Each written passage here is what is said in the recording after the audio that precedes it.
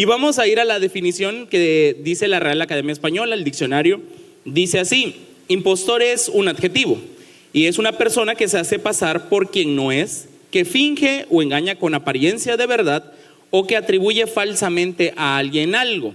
Y para hacerlo de una manera más simplificada, les puse ahí que impostor es que finge o engaña con apariencia de verdad. Una manera como de hacerlo más corto para que lo podamos retener, para que lo podamos comprender. ¿Y por qué el impostor? Nosotros cuando conocemos a Jesús, conocemos, o bueno, más bien, el Señor nos llama a ser nuevas criaturas, a ser nuevos hombres, nuevas mujeres, nuevas personas. Y ciertamente vamos dejando y nos vamos despojando del viejo hombre, que es la intención, ¿verdad?, por la cual el Señor nos llama a su palabra y a su presencia, a deshacernos y a dejar atrás el viejo hombre, los viejos pensamientos, los deseos de nuestra carne, pero es algo que constantemente está en nosotros. Y ciertamente la palabra de Dios trae para nosotros una nueva vida en la cual debemos de vivir y andar en verdad, en el camino de la verdad. Jesús es el camino y la verdad. Entonces, pero como todavía batallamos con este viejo hombre que está dentro de nosotros, se queda como un impostor en nuestras vidas. Se queda con una parte de verdad, porque ciertamente hay algo nuestro todavía, pero ya no es la verdad en la que el Señor quiere que caminemos. Ya no es la vieja naturaleza en la cual andamos, sino el Señor tiene para nosotros una nueva naturaleza. No sé si me estoy explicando. Yo estudio ahora mismo un diplomado de orientación familiar. Trae una parte de psicología, una parte de pedagogía, y he estado en una de las tareas, me tocó ver un video, de hecho se los recomiendo, se llama La neurociencia de las emociones, de Marian Rojas, lo pueden encontrar gratuito en YouTube, La neurociencia de las emociones. Y esta doctora hablaba acerca de que el cerebro, originalmente, ¿verdad?, básicamente la función del cerebro es la supervivencia. El cerebro, básicamente el tronco encefálico, es conocido también como el cerebro reptiliano, y la función de esa parte del cerebro es reaccionar al miedo.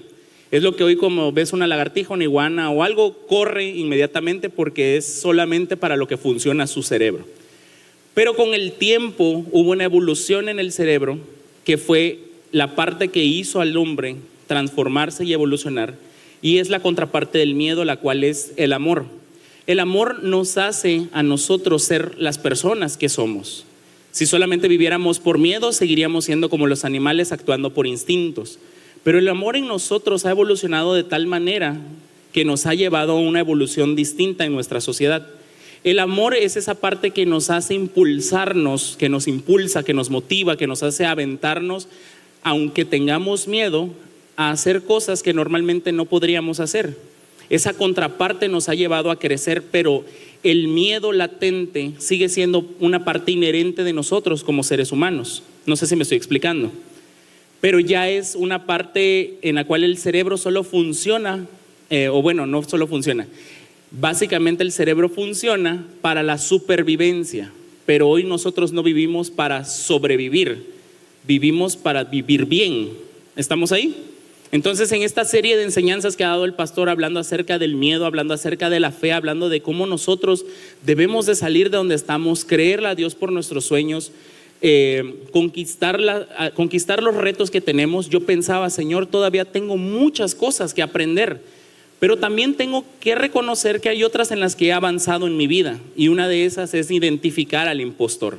Identificar la parte de mi carne que he logrado conquistar a través de la palabra de Dios y que quiero compartir contigo, y que todos en algún momento lo hemos sentido. En este diplomado nos hablaban acerca de un fenómeno psicológico que se llama el síndrome del impostor. Si vamos a la definición, el síndrome del impostor es un fenómeno psicológico por el cual las personas tienen la sensación de no ser merecedoras de sus logros y se sienten como un fraude o como un impostor.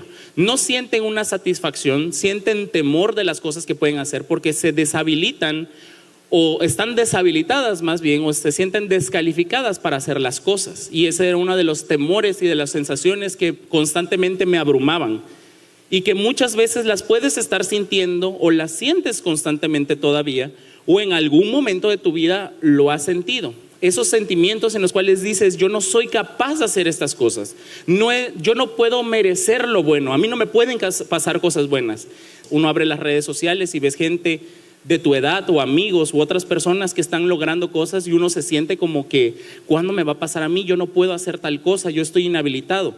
En este diplomado que tiene que ver con alguna parte de psicología y pedagogía, sociología, todo esto, veía que esto sucede desde que somos niños, porque el cerebro está ya programado o se programa desde que eres pequeño. Cuando un niño viene y quiere intentar lavar los trastes, uno le dice, no, porque vas a hacer un desastre, entonces mejor no lo hagas, me estorbas más de lo que ayudas, ¿no?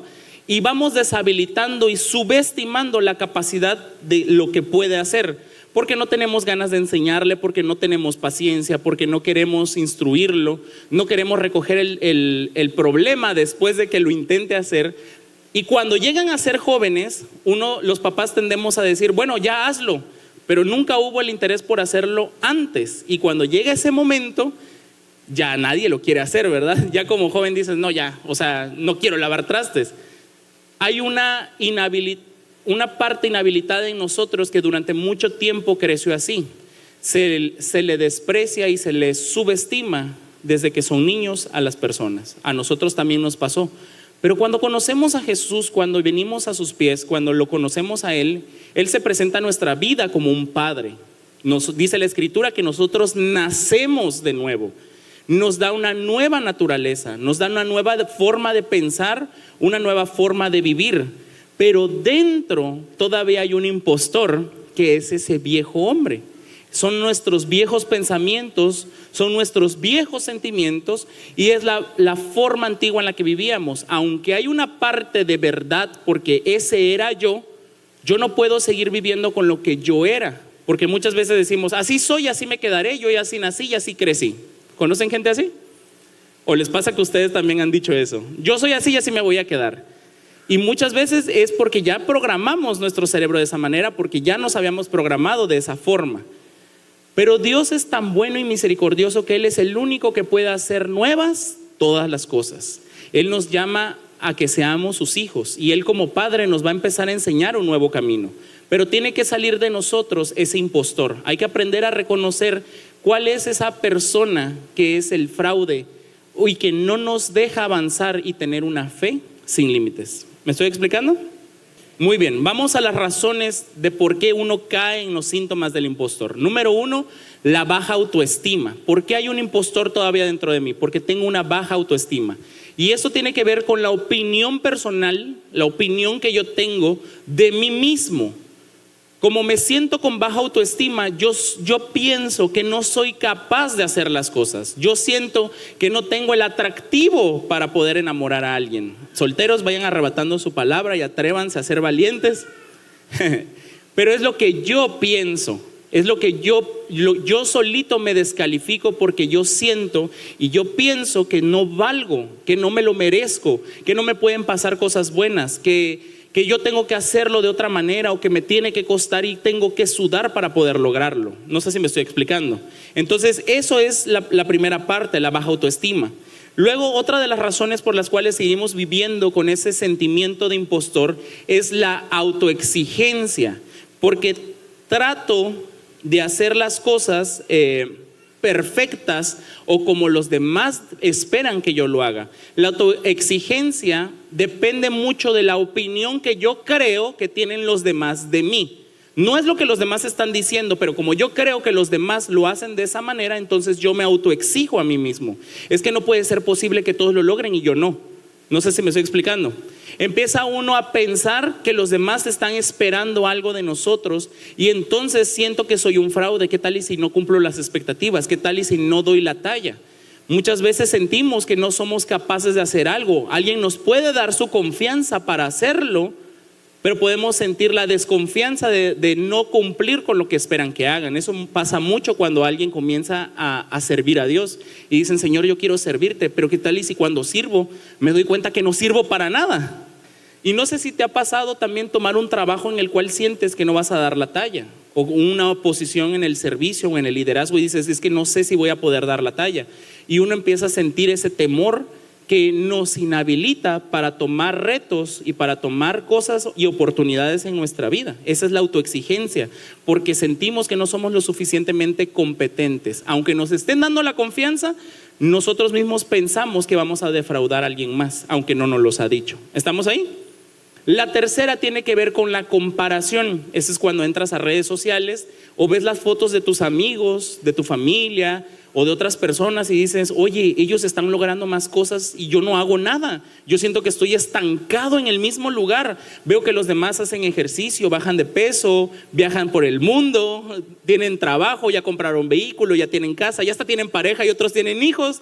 Y yo de repente me siento que estoy en el mismo lugar, me siento estancado, siento que los demás avanzan menos yo, porque estamos comparándonos con alguien más. Y entonces el viejo hombre, ese impostor dentro de nosotros, nos dice, viste, eres un fracasado, estás en el mismo lugar, eres una basura, no avanzas, nunca vas a lograrlo, siempre pones pretextos. O sea, de repente nos sobrevienen todos esos pensamientos. Yo te decía que biológicamente está esa parte del cerebro que funciona con el miedo, y nuestro cerebro trabaja tanto con eso que por eso sobreviene la ansiedad. Y la ansiedad es ese sentimiento de temor que te abruma en un momento en el que dices, ¿por qué tengo miedo? ¿Por qué me preocupo? Estoy sobrepensando, no puedo descansar, no puedo dormir. No tengo problemas como tal, pero hay algo que me está recomiendo el cerebro, que constantemente me está carcomiendo los pensamientos, y me empiezo a sentir como inhabilitado, con temor, con terror, y decir, ¿qué voy a hacer? ¿Qué voy a hacer? ¿Qué voy a hacer? No sé si me estoy explicando acá. Entonces viene ese sentimiento por causa de nuestra naturaleza, ¿no? Luego la cuarta, esta tercera de comparación tiene que ver con la opinión, con las cosas que dicen los demás. No es que me lo digan a mí, pero es las cosas que dicen y hacen. Vuelvo otra vez. En la baja autoestima es lo que yo pienso. En la autoexigencia es lo que yo creo que los demás piensan. En la comparación es lo que los demás piensan, dicen y hacen. Y luego pasamos al cuarto, que son las falsas expectativas, que es la crítica de los demás que viene sobre nosotros cuando nos dicen, es que tú no lo estás haciendo porque tú no haces esto, tú no eres responsable, tú no te eres autoexigente, y nos empiezan a criticar por las cosas que hacemos. Ya es un ataque más directo. Ya no es solamente lo que pensamos, sino que tenemos la falsa expectativa de que no podemos disfrutar de ciertas cosas porque no nos han costado. Es que a ti te lo regalaron, es que para ti era muy fácil, es que para ti era esto, es que tú sí la tuviste sencilla, es que tú tienes familia, es que tú tienes dinero, es que tú tienes esto. Y entonces viene ese sentimiento de impostor de decir, soy un fraude, en realidad estoy mal, porque no puede ser que todos los demás estén diciendo que estoy mal, entonces tienen que tener razón, estoy mal. ¿Me estoy explicando acá? Esas son las falsas expectativas, creer que las cosas se deben de hacer de una manera porque todo mundo dice que así se tiene que hacer. Es que todos dicen que así es que todos lo han logrado de esta manera, es que si no te cuesta no sirve, si no duele no sirve, pero no tiene que ser de esa manera. ¿Estamos ahí? Consejos para descubrir al impostor. Ahora, esas fueron las razones. ¿Cómo podemos vencer a ese viejo hombre? ¿O cómo podemos descubrir a esos sentimientos que nos sobrevienen? ¿Cómo podemos vencerlo? Número 1, creer en Dios y creer lo que Él dice de nosotros. Cree en Dios y lo que Él dice de ti. Cree en Dios. Yo no puedo pretender querer instruir a mis hijos, instruir a mi familia, o ayudar a mi esposa, o ayudar a tu cónyuge a ser alguien que tú no eres. Tú no puedes exigir responsabilidad si tú no eres responsable. En alguna medida vas a poder tener algunas de las características buenas y correctas que pueden ayudar a tu familia. Por ejemplo, vuelvo a repetirte, en la orientación familiar, algo de lo que se habla es acerca de cómo los padres, cómo nosotros somos ejemplo de nuestros hijos. Pero podemos ser ejemplo hasta cierto punto, porque normalmente, aún sin darnos cuenta, seguimos heredando a nuestros hijos las heridas que como padres tenemos, las cosas que nosotros no hemos resuelto. Una vez predicaba mi pastor acerca de esto y decía, tenemos conflictos no resueltos, tenemos problemas que no hemos aprendido a solucionar.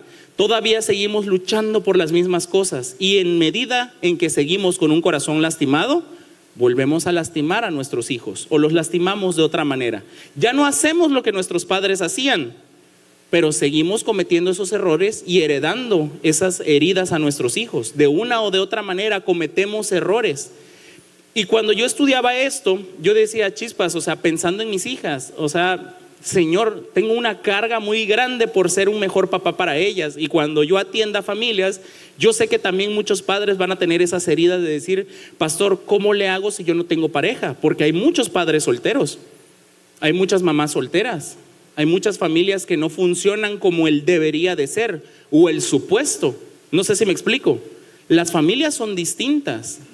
Y muchas veces cargamos con esas heridas, cargamos con esos problemas, tenemos una carga tan pesada de tratar de hacer lo correcto y aún cometemos esos errores. Y cuando nos sobrevienen los pensamientos y los sentimientos, empezamos a darnos cuenta de que ahí todavía hay un impostor. Alguien que nos dice, la sigues regando, sigues siendo malo, eres tremendo, nunca vas a cambiar. Son voces internas de nuestra mente. Y es que tenemos que aprender a reconocer que seguimos siendo malos delante de Dios. Porque bueno solamente es Dios. Y nuestro trabajo no es compararnos con los demás, sino compararnos con aquel que es todas las cosas y que en Él es todo y todas las cosas. La comparación nos puede dar una reacción subjetiva, una reacción de subestimarnos a nosotros mismos. Si yo me comparo con gente que hace cosas buenas, yo me desestimo y me descalifico pensando yo nunca lo voy a lograr. Y si nos comparamos con gente que está por debajo de nosotros en todas las áreas de su vida, si tenemos más finanzas, si tenemos mejor cuerpo, si tenemos más conocimientos, decimos no, pues yo soy mejor que los demás. Entonces nos da una sobreestima. Y tanto subestimarnos como sobreestimarnos sigue siendo un impostor y sigue siendo las características del viejo hombre. ¿Me estoy explicando acá? Entonces regresamos otra vez a esos consejos.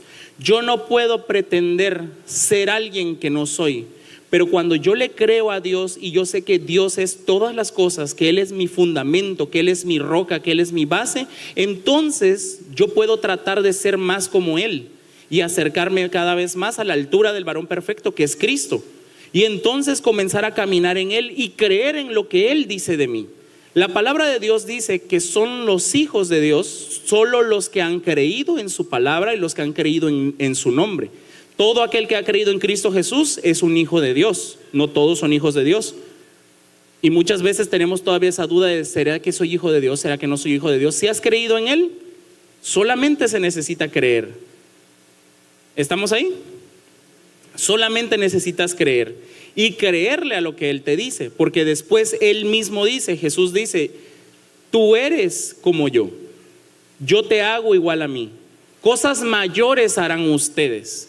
Ustedes son mi linaje escogido, ustedes son mis hijos, ustedes son mi rebaño, son real sacerdocio, son linaje escogido, son nación santa. ¿Cuántas cosas nos tiene que decir el Señor Jesús para que creamos lo que Él tiene para nosotros? Ya creíste que eres un hijo de Dios, ahora créete lo que significa ser un hijo de Dios. Porque seguimos descalificándonos y seguimos con una baja autoestima porque no creemos. Si no creo en Dios, no puedo creer lo que Dios dice de mí. ¿Estamos ahí? Todos somos pecadores, pero tenemos a un Padre, tenemos a Jesucristo el justo, tenemos a aquel que nos levanta. No importa cuántas veces se caiga, sino que se levante. Pero tenemos un Padre y ahí comienza uno a sacar a ese viejo hombre o a ese impostor. Número 2, identifica los pensamientos negativos y confiésaselos al Señor, confiésaselos a Dios.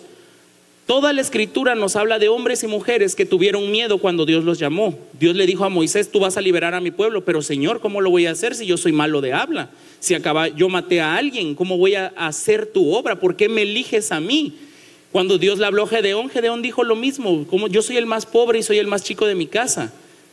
Todos los hombres y mujeres de fe pasaron por procesos donde ellos sintieron que en su carne no podían hacer las cosas para las cuales Dios los estaba llamando.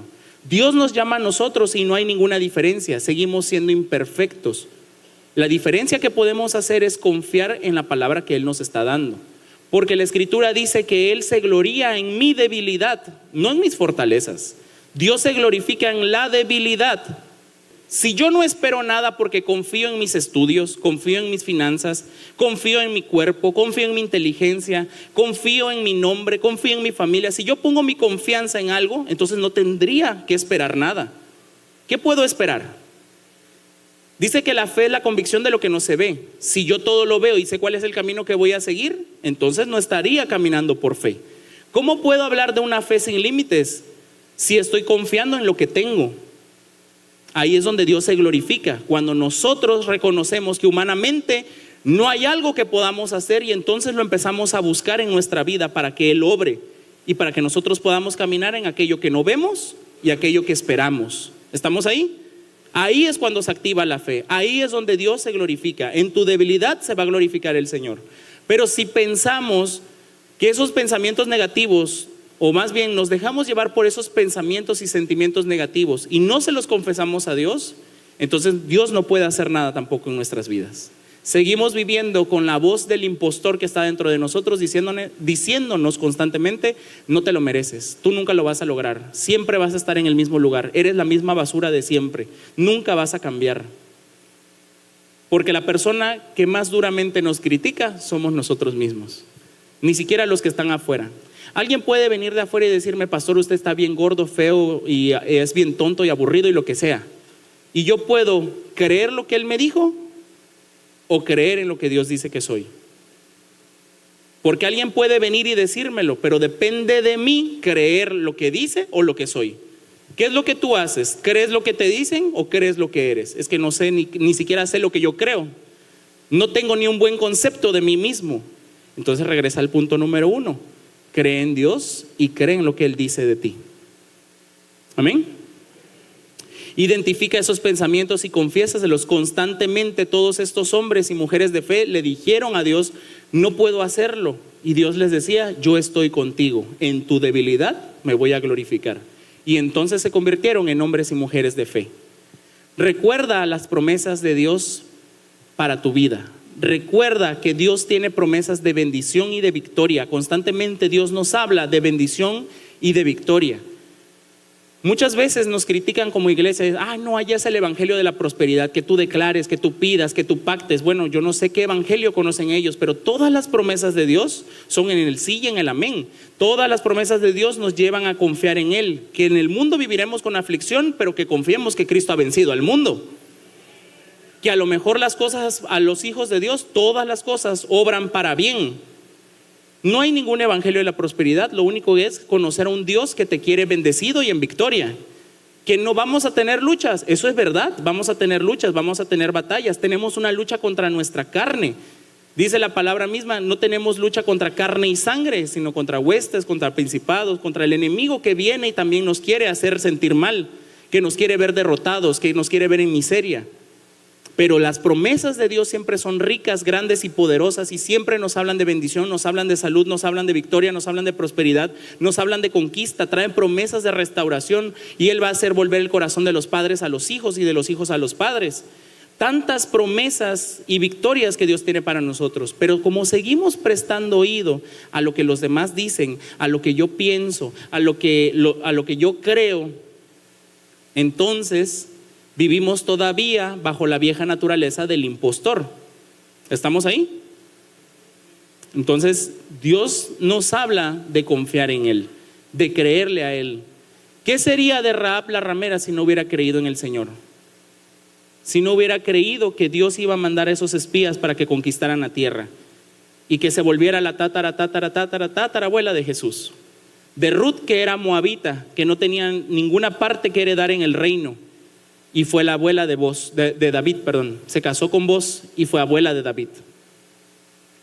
¿Qué hubiera sido de todos esos hombres y mujeres de fe que creyeron a Dios no por lo que ellos eran, sino por lo que llegaron a ser por confiar en el Señor? De David, que era un pecador constante. Ay, Señor, ese era, mira, tremendo. Pero él iba constantemente a la presencia de Dios a decirle: Señor, la verdad soy una basura, soy malo, soy pecador, pero límpiame, examíname, cámbiame, porque puedo cambiar. Y Dios dice y testifica de él que era un hombre conforme a su corazón, aún siendo pecador. Pero ¿qué hacemos nosotros? Ay, no, qué hipócrita soy por ir a la iglesia si sigo siendo malo. No, ahí nada más como santo y hago diablo. Mejor me voy a apartar porque es mejor que yo sea sincero conmigo mismo. Ese es el impostor.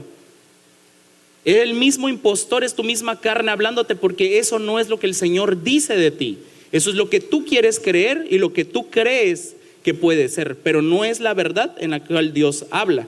Por eso decía, el impostor finge y tiene una verdad como base, pero está distorsionada. Satanás es el padre de la mentira, toma la verdad y la distorsiona. ¿Estamos ahí? Hay un impostor todavía dentro de nosotros. Ahora vamos a la palabra. Hoy sí avancé rápido. Vamos a la palabra en Jeremías capítulo 15, verso 10. Hoy te quiero hablar acerca del profeta Jeremías. Los estudiosos dicen que Jeremías era el profeta llorón. Y Jeremías es un profeta muy importante en las Escrituras porque es uno de los libros más grandes con un mensaje muy claro de parte de Dios.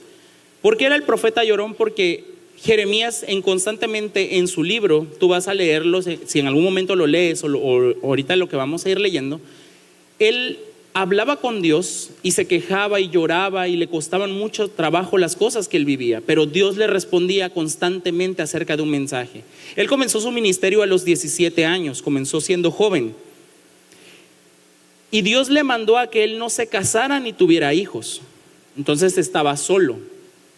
Y cuando empieza a dar el mensaje, la gente le dio la espalda, el pueblo de Dios le dio la espalda y todas las personas que estaban a su alrededor lo dejaron de hablar. Él recibía maldiciones por lo mismo que él estaba diciendo, porque como él predicaba el mensaje de un arrepentimiento y del castigo que Dios iba a traer sobre el pueblo, Jeremías se quedó solo y empezó a sentirse aislado. Y aún siendo el profeta de Dios, vivía con un constante temor, con un constante rechazo, y por eso lo conocen como el profeta llorón. Digo, no era llorón, pero bueno, así lo conocen, ¿no? Mira qué dice la escritura en el verso 10 al 11. Jeremías capítulo 15, verso 10. Ay de mí, madre mía, porque me diste a luz como hombre de contienda y hombre de discordia para toda la tierra. No he prestado ni me han prestado y todos me maldicen. Jeremías empieza esta oración, o bueno, en este pasaje, él dice esta oración y dice: por Dios, no manchen, o sea, yo parece que nacieron al mejor guerrero de Dios o al peor guerrero de Dios. A mí me tocan los golpes constantemente en la vida. A mí parece que me trajeron solamente a luchar, a batallar, porque todo mundo me maldice. No tengo amigos, no tengo familia, no tengo nada. Solamente tengo un mensaje y me siento a veces hasta descalificado para ese mensaje. Jeremías habla con Dios constantemente y le empieza a expresar todas las cosas que él siente, porque aunque está seguro y ama a Dios y está seguro del mensaje que Dios le ha dado, aún en medio de su servicio, aún en medio de su mensaje, él comienza a sentir este temor que le sobreviene. Y aún nosotros, caminando en las cosas de Jesús, caminando en el camino del Señor, ¿verdad? Muchas veces seguimos sintiéndonos descalificados, diciendo: Señor, ¿por qué ahora que me acerco a ti, por qué ahora que trato de hacer lo correcto, las cosas empiezan a salir mal? Tratamos de hacerlo mejor y aún así parece que todos están en nuestra contra. Parece que estoy tratando de hacer las cosas correctas y aún haciendo lo correcto me siento hasta cansado, porque nadie valora lo que estoy haciendo. A nadie le importa si estoy tratando de mejorar. Hasta más tierra me echan, hasta más me critican, hasta las personas que estaban cerca de mí peor me injurian o me dicen las cosas. O sea, uno trata de hacerlo mejor y de pronto todos parecen que están operando en contra de uno. Y eso es lo que Jeremías dice. Vamos a volver a leerlo, el versículo 10. Ay de mí, madre mía, porque me diste a luz como hombre de contienda y hombre de discordia para toda la tierra. No he prestado ni me han prestado y todos me maldicen. Verso 11. Y el Señor dijo: ciertamente te libraré para bien, ciertamente haré que el enemigo te haga súplica en tiempo de calamidad y en tiempo de angustia.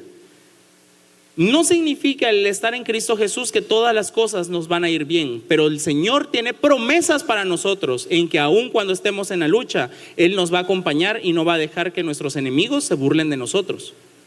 Pero tenemos que aprender a confiar en Dios, porque entonces solamente nos queremos dejar llevar por lo que nosotros pensamos y sentimos. ¿Qué tal y si mejor me rindo y dejo de pelear y dejo de hacer las cosas correctas? Pero también nos damos cuenta cuando estamos en el mundo que nada de eso nos ha traído ni resultados. Solamente estamos buscando huir de la realidad. Lo que pasa es que ahora que estamos en Cristo, tratamos de hacer las cosas bien y somos más conscientes, y por eso nos duele más. Pero el mundo es difícil, es duro y no perdona. Y la gente te va a seguir atacando de la misma manera. Nadie te quiere ver bendecido, nadie ve a otra persona y dicen, wow, qué bueno que te está yendo bien. Al contrario, y ese por qué le va bien, y ese que se cree, y a ese que le ha tocado. Si incluso nosotros estando aquí todavía criticamos esa parte, porque decimos, ay, ese por qué le va bien y por qué Dios a él lo bendice. Porque vivimos otra vez con ese sentimiento del impostor, comparándonos si lo merecen o no lo merecen. Cuando el Señor dice en la palabra que Él hace llover sobre justos e injustos. Dios hace llover para todos, para justos e injustos. Lo que tenemos que creer es cada vez más en la palabra que Él dice acerca de nosotros. Es lo que Él puede hacer en nosotros. Son las promesas de lo que Él quiere para nuestra vida. Pero como todavía seguimos sintiéndonos con inferioridad, no es que a mí no me saludaron en la iglesia, no es que a mí nadie me quiere, no es que pastor, si yo le contara mi vida, a mí nadie me quiso, yo nací huérfano, mis papás no me quisieron, mis papás se divorciaron, mi vida ha sido un desastre, yo no pude hacer esto, yo no pude hacer el otro, y entonces vivimos quejándonos con el impostor que llevamos dentro, sintiendo lástima de nosotros, despreciándonos a nosotros mismos. Y no nos damos cuenta de las cosas que sí tenemos. Nos estamos tan subestimando a nosotros mismos constantemente. Nos descalificamos. No, ¿a qué voy a ir a la iglesia? A mí nunca me toman en cuenta. Nos descalificamos hasta para eso. No, Dios nunca me va a escuchar. Dios no responde a mis súplicas. Dios no responde a mis oraciones. Mira que sigue diciendo en el versículo 15. Estamos en capítulo 15, vamos a saltar al verso 15. Mira que sigue diciendo el profeta Jeremías. Tú que lo sabes, oh Señor, acuérdate de mí, atiéndeme y véngame de mis perseguidores conforme a tu paciencia. No dejes que yo sea arrebatado. Sabes que por ti sufro oprobio. 16.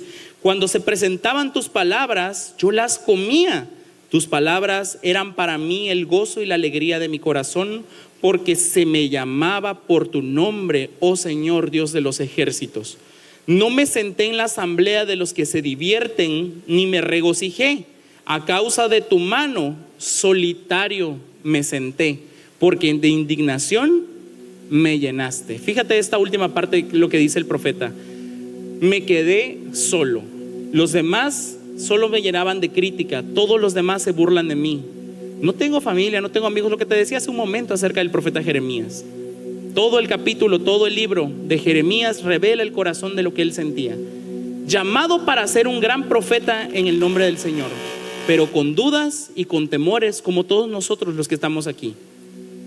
Ser tentado no es un pecado. Tener dudas no es pecado. Caer en la tentación es pecado y desobedecer sí es pecado.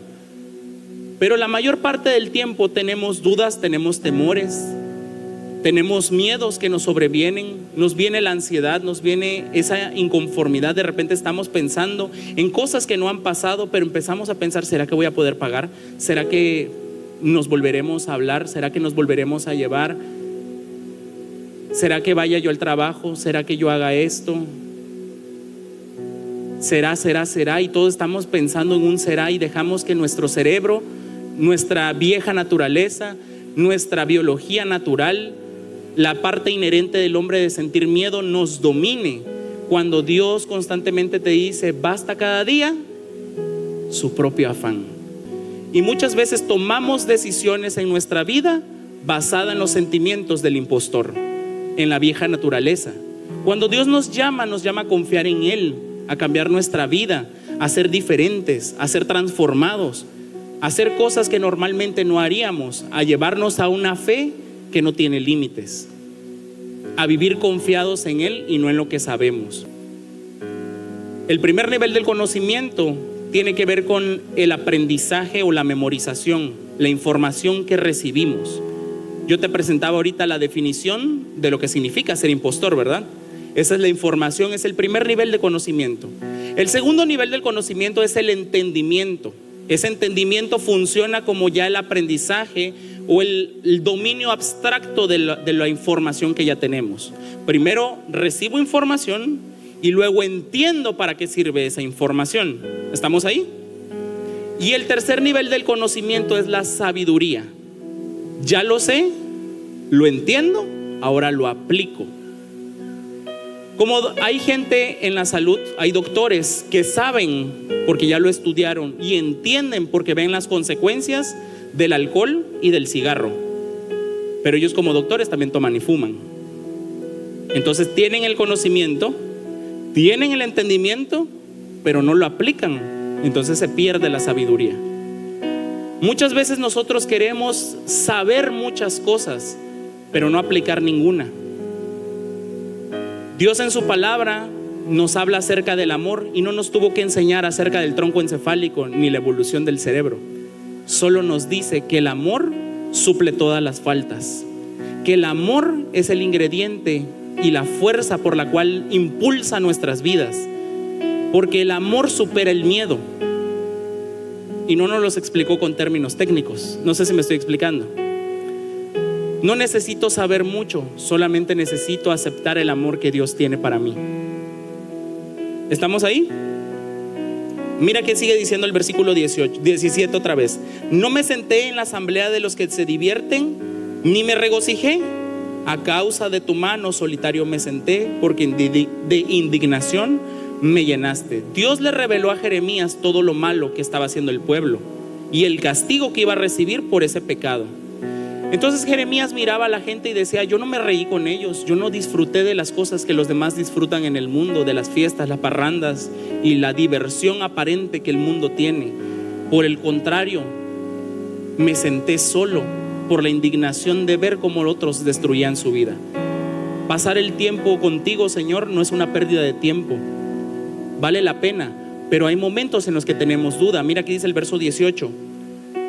Fíjate, este verso es clave.